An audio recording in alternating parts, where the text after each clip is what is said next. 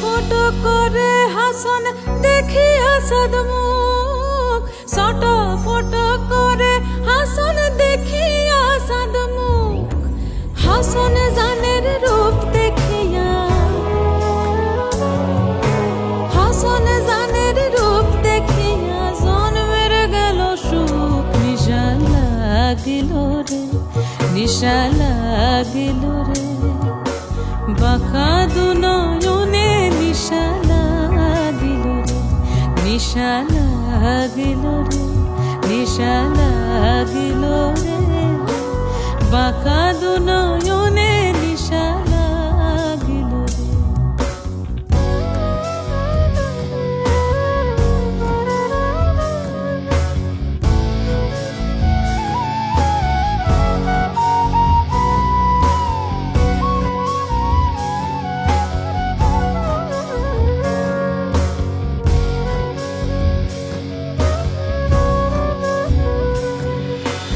হাসন রাজার রূপটা দেখি ফলদি ফলদি উঠে, হাসন রাজার রূপটা দেখি ফলদি ফলদি উঠে।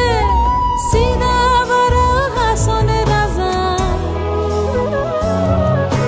সিধা বড় হাসন রাজা, বুকের মাঝে ফুটে। নিশা লাগিল রে, নিশা লাগিল রে, বাঁকা দু নয়নে নিশা লাগিল রে। আরে ভাই এরা তো নাচ করতে শুরু করে দিল রে।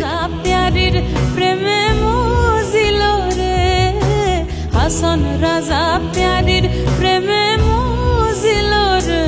নিশা লাগিল রে, নিশা লাগিল রে, বাঁকা দু নয়নে নিশা লাগিল রে, বাঁকা দু নয়নে নিশা লাগিল রে, বাঁকা দু নয়নে নিশা লাগিল রে।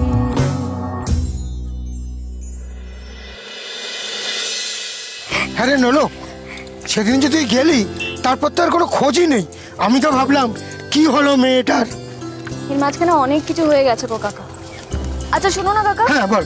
তোমাকে যে আমি ওটা দিয়েছিলাম না, হ্যাঁ ওটা একটু আমাকে তাড়াতাড়ি করে ফেরত দাও তো। হ্যাঁ চল চল চল। এই নলো, তুই এত তাড়াহুড়ো করছিস কেন রে? সত্যি নলো, তুই এতদিন পর শ্বশুরবাড়ি থেকে আসলি, ভাবলাম তোর সাথে একটু গল্প করব, তোর শ্বশুরবাড়ির গল্প শুনবো, কিন্তু তুই তো ওখান থেকে যেতে পারলে বাঁচিস। ওরে বিয়ে করে নোলক এখন বন্ধুদের ভুলেই গেছে। ও এখন শহরের বউ। ও কি এখন ওই কেউ বন্ধুদের কথা মনে রাখবে বল? এমন করে কেন বলছিস বলতো? আর তোদেরকে, এই গ্রামকে আমি কি কখনো ভুলতে পারি? এই গ্রাম তো আমার রক্তে বইছে রে। আর আমি যেখানেই যাই না কেন, আমি যেখানেই থাকি না কেন, আমার শেকড় সবসময় এই গ্রামের মাটিতেই থাকবে। আসলে কি বলতো, আমার না একটা জরুরি কাজ আছে, সেই কারণেই এত তাড়াহুড়ো করছিলাম। কিন্তু এর পরের বার যখন আমি আসবো না, তোদের সাথে অনেকটা সময় কাটিয়ে যাবো। কথা দিচ্ছিস তো? কথা দিলাম। যে অবস্থায় তোর বিয়ে হয়েছিল জামাইবাবুর সাথে, তখন তো ঠিক করে আলাপটাও হয়নি। তা তোর বরের সাথে এখন আলাপটা করিয়ে দে। আর শোন না, আমি শুনেছি তোর বর নাকি অনেক রাগী মানুষ। ধ্যাত, একদমই না। দাঁড়া তোদের সাথে পরিচয় করাই।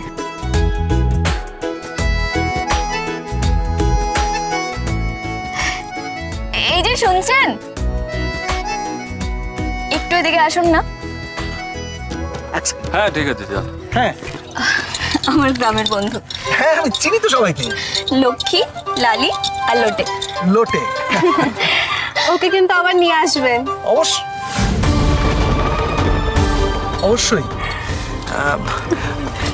অফিসার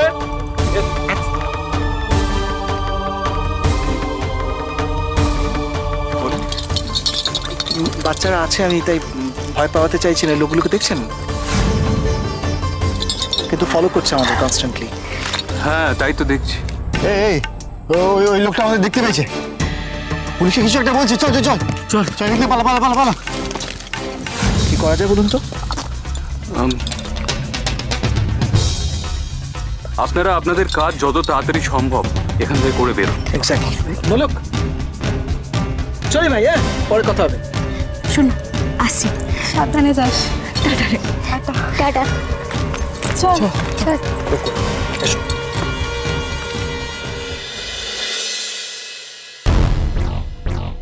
বলিস কি রে নলো, এত ঘটনা? হ্যাঁ গো কাকা, বলছিলাম আমি যে তোমাকে খাতাটা দিয়েছিলাম না, সেই খাতাটা বের করে দাও তো দেখি এবার। আমরা খাতাটা নিয়ে এবার পালাই। দাঁড়া দাঁড়া, দিচ্ছি। ওটা তো আমি লুকিয়ে রেখেছি, তুই তো বলেছিলি লুকিয়ে রাখতে।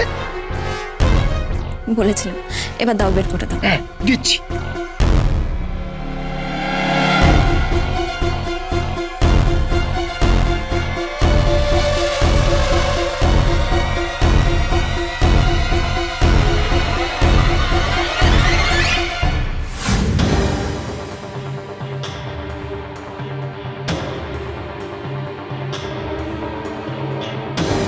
এনে ধর। ধন্যবাদ কাকা। এবার এবার তাহলে আমরা আসি। বলছিলাম কি, ওরা তো খুব ভয়ঙ্কর লোক। তোরা যেতে গেলে পথে যদি কিছু করে।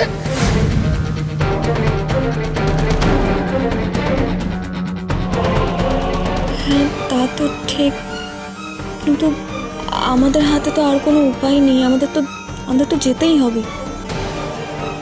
আমিও সেটা কিন্তু ভাবছিলাম, জানেন, মানে ওরা যে আমাদের উপর নজর রেখেছে এ ব্যাপারে তো নিশ্চিত আমি।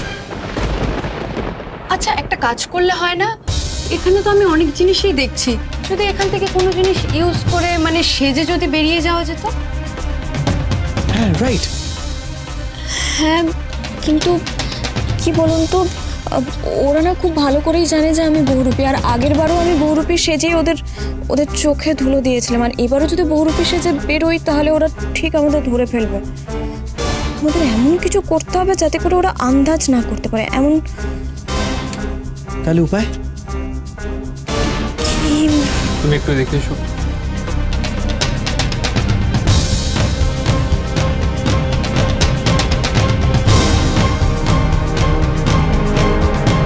আচ্ছা বলছিলাম যে হ্যাঁ বলুন। একটু শুনুন,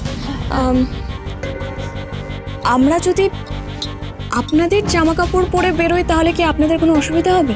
আমাদের জামা কাপড় সেটা কি করে সম্ভব, কারণ আমরা তো অন ডিউটিতে রয়েছি। দাঁড়াও, আপনারা আমাদের ইউনিফর্ম পরতেই পারেন, কিন্তু তার রেসপন্সিবিলিটি মানে দায়িত্ব আপনাদের নিতে হবে। হ্যাঁ হ্যাঁ হ্যাঁ, আপনারা ভাববেন না, আমরা আর একটা কথা, আমি পরবর্তী চেকপোস্টে একটা কনস্টেবল পাঠিয়ে দেবো আপনাদের পোশাক দিয়ে। আপনারা ইউনিফর্মটা ওখানে সাবমিট করে দেবেন। আচ্ছা ঠিক ঠিক আছে আছে। ঠিক আছে স্যার। তুমি যাও, এনাকে ইউনিফর্মটা দিয়ে দাও। এদিকে আসো। ওরা ভালো বুদ্ধি দিয়েছে বাবু। যা, এবার পোশাকটা বদলে নি। ও ওদিকে বেরোচ্ছে না কেন বলতো? অপেক্ষা করো, ঠিক বেরাবে।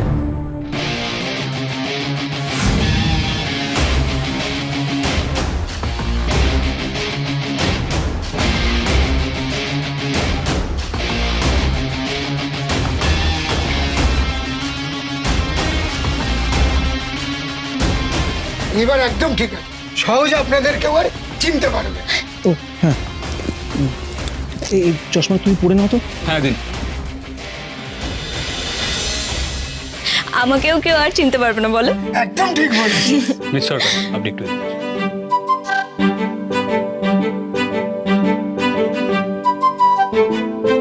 এই যে উকিল মশাই, এমন ড্যাব ড্যাব করে কি দেখছেন বলুন তো? দেখতে পাচ্ছেন? এবার কিন্তু এটার বাড়ি পড়বে। চলো চলো, এই সাবধান, মুখটা যেন দেখা না যায়। একটু মাটির দিকে তাকিয়ে যাবে। চলো। বলছিলাম কি, একটু পরে বেরোলে হতো না? একটু অন্ধকারও, নাহলে কিন্তু আপনারা বিপদে পড়ে যেতে পারেন।